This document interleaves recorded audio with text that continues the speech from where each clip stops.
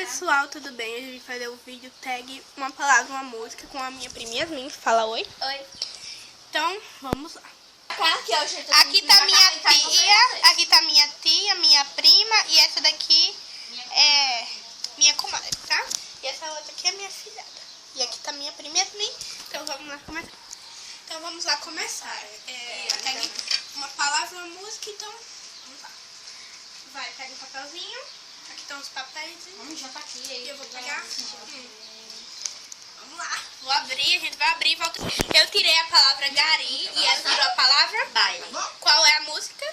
Baile de favela. Eu não sei o resto não.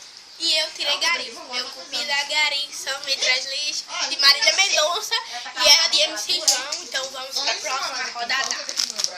Uau. Vai, pode tirar. Aqui tá os papeizinhos. Eu vou tirar o meu. Pronto. Vamos abrir e voltamos. Eu tirei a palavra vagabundo. E tu tirou a palavra? Chuva de arroz. Vai, pode cantar a música. A minha é... O canto é Luan Santana aí. Ah, eu não sei não. A música é Chuva de arroz na gente. perto da igreja matriz, mas soquei um ponto pra Yasmin. E a minha música é vagabundo. Aí, tô namorando todo mundo. 99% anjo perfeito, mas aquele 1% é vagabundo. Aquele 1% é vagabundo. Porém, ela se gosta. Nem sei se é assim que canta, mas já cantei. Vamos lá pra terceira rodada.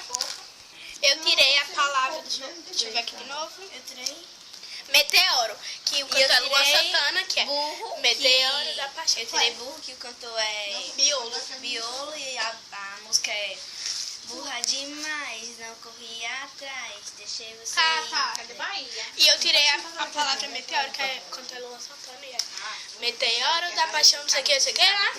Eu não ganhei ponto, eu só ganhei meu ponto e ela ganhou um ponto. Então, gente, um beijo pra vocês. A gente vai gravar a continuação, tá? Então, tchau. Um beijo.